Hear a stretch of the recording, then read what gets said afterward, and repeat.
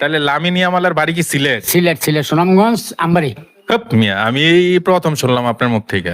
ওনার কারোর personal life history কেউ বলে না, বুঝেন না? লামিন ইয়ামাল সিলেটের? জি জি জি, আপনি শিওর? Sure sure. কোন জায়গায় যে বললেন? সিলেট সিলেট সুনামগঞ্জ আমবাড়ি।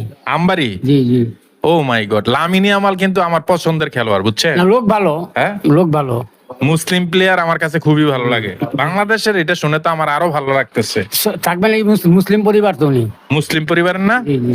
তো আসলে লামিন ইয়ামাল তো স্পেনের খেলা কেমন লাগে আপনার? খুবই ভালো, খুবই ভালো।